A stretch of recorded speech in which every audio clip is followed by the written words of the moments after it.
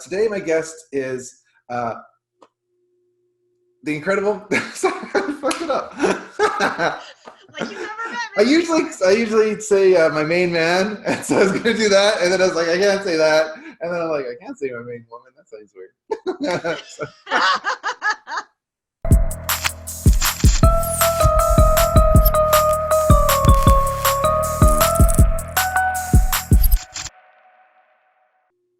Hey guys, welcome to Inside Comics with George McHale. Really quick before we get started, if you like this content, please subscribe and tell a friend about it. Today my guest is the incredible Chris Cam. Chris, thanks so much for being on the show. Hey, good to see you again, George. So Chris is my co-writer and my cousin on Cover of Darkness. And I guess first let's talk about collaborating in comic books, because when we first got started on it, I didn't realize how much of a collaborative process making comic books actually is. Can you talk to that?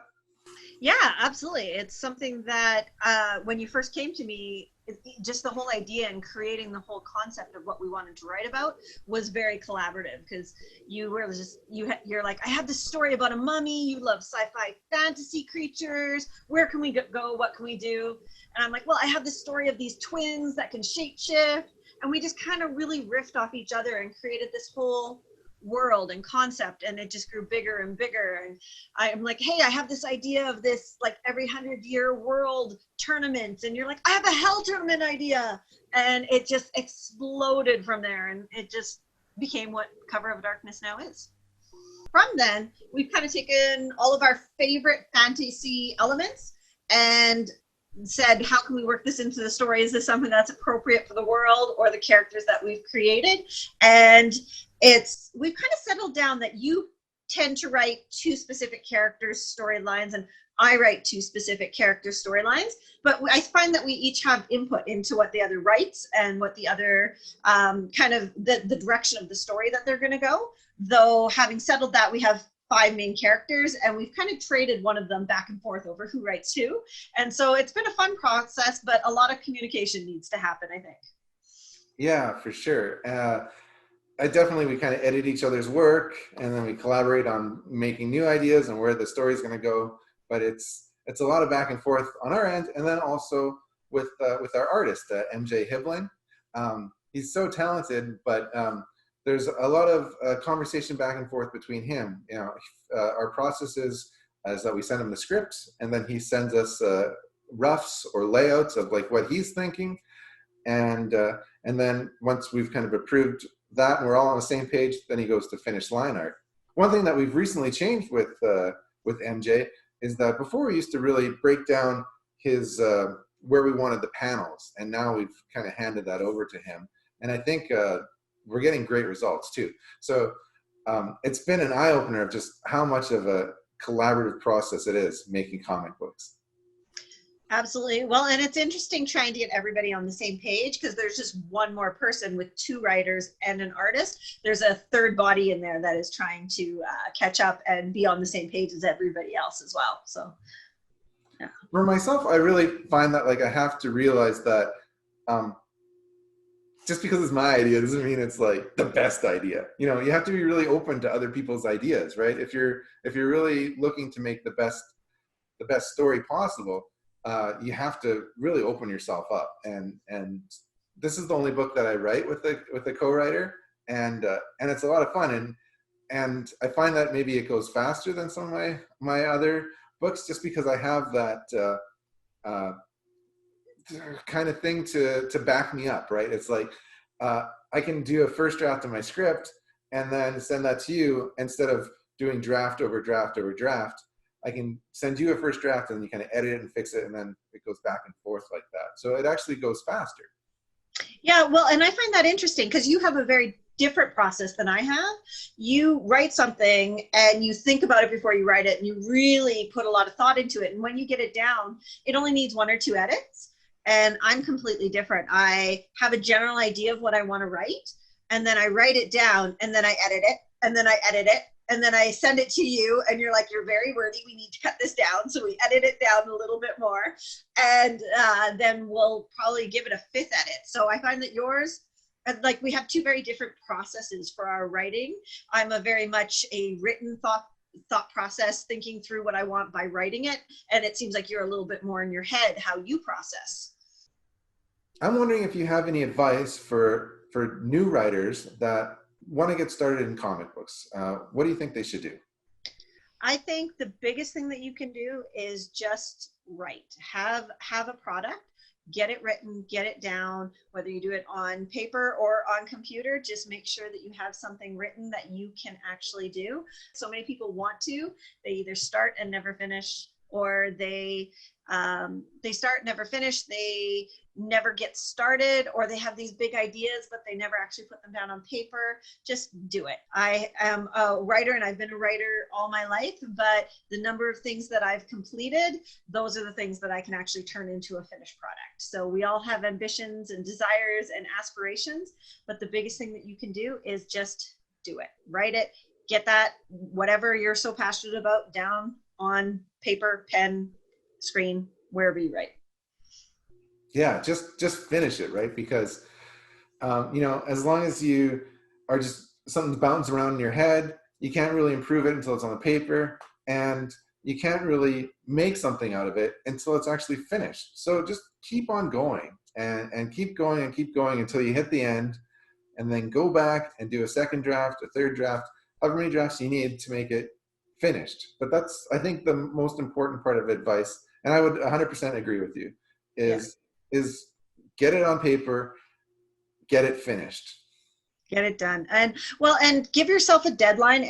I'm somebody that if I don't have a deadline, I'll piddle around. I'll do this little bit here, this little bit there. But if I give myself a deadline and I commit to having something done, that's just who I am, is that I'm going to get it done. And so that's been a really great part of being a collaborator with yourself, is that we give each other deadlines. We're like, we're going to have it done for this date. And for me, that works. That is, I'm like, all right, I'm due. Somebody's expecting something. I'm going to get it done. And so giving yourself a deadline, maybe that's what you need, but whatever you do, just get it down, get it done, get it written.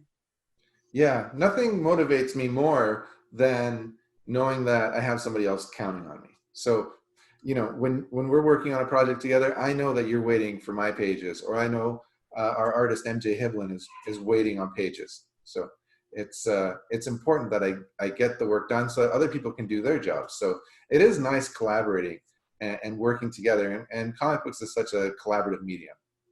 So we've been working together on a series called Cover of Darkness for about 1.5 years now. We describe it as a dark fantasy comic, kind of like Game of Thrones meets the Universal Monsters. It's a lot of fun. It's about a family that gets separated from each other, and it's their journey back to each other.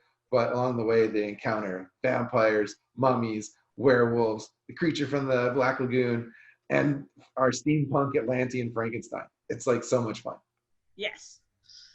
So there's lots of little vignettes and ongoing stories, all kind of connected to each other. And I'm wondering if you can talk about what some of your favorites have been. I wrote the Atlantean Frankenstein, and that is absolutely one of my favorite stories. I think Frankenstein as a novel is amazing. Mary Shelley's fantastic. And just to be able to take that character that she created and try to create something of our own, adding in elements that I love, zombies, steampunk, all of that kind of crazy, awesome stuff, has made it really good. And then also just selling at conventions, being able to say Viking werewolves, amazing. Nothing is better than being able to be behind a table saying, did you know you needed Viking werewolves in your life? Because you do. You need Viking werewolves. And almost every person is in total agreement with me. You have a new project that you're working on. It's still early days on it, with a working title of Dragons and Bots. And I'm wondering if you can kind of just give us like a sneak preview of like, what is this new world that you're creating? Oh, it's been a lot of fun. So set in the future, humanity has fallen under the dragon overlords, but the dragons don't want to really rule over the humans. They just want the humans to stop destroying the earth. And so they're absentee overlords. And of course, humanity is not handling that very well. And so that's kind of the setup of the world. And then so I have a character, her name is Reyna. She's in her late teens. And she's on the side of humans that dragons are bad and evil. But one of the last weapons that humans released against the dragons back during the war in the past of the world is nanobots. And they sent them forth to infect the dragons and kill them. Alas, they turned around and became an infected humanity. And humanity, to the day when my comic takes place, is infected with all of these nanobots, and they show up as tattoos on the skin. And so human government can control their population to some extent because they all have these robots and nanobots within them. And so Reina, her nanobots are a little bit different and a little bit special. And she learns this in the first issue as they are autonomous and separate from her and have evolved from the weapon that had been released by humans in the past. And there's more. It sounds kind of bonkers because it's like you got science fiction, you got fantasy colliding, and it sounds like a lot of fun. I'm really looking forward to it. Who's the artist that you're working with on that? Her name is Janice Blaine, and she is absolutely amazing. Yeah, I can't wait for it to come out. So right now, there is a Kickstarter running for OM Inc., and it's a new publishing company that you're a part of. Yep. They have a series called Luna's Angels that you're a co-writer for. And I'm wondering if you can, not with me, but a different, yes, all female writing team. And I'm wondering if you can tell us a little bit about that series. Yeah, I'm the head writer on Luna's Angels, and it's a little bit like Archie meets Harry Potter, but rather than solving their problems with magic, our heroines in this case, solve all of their problems with science. And so it's about three friends that want to make a big difference in the world. And so they just go out and try and make the world a better place using science and doing various things while navigating growing up and a coming of age story at the same time. Yeah, it's a really fun script. And I'd really encourage everyone to go out and search that project out. It's if you type in OM Inc. on Kickstarter, there's actually 3 different series being offered on this one Kickstarter. And Luna's Angels is a great book. And I want to thank you, Chris Cam, for being a guest on Inside Comics. And we'll see you next time. Peace. Awesome. Good to see you again, George. See you later.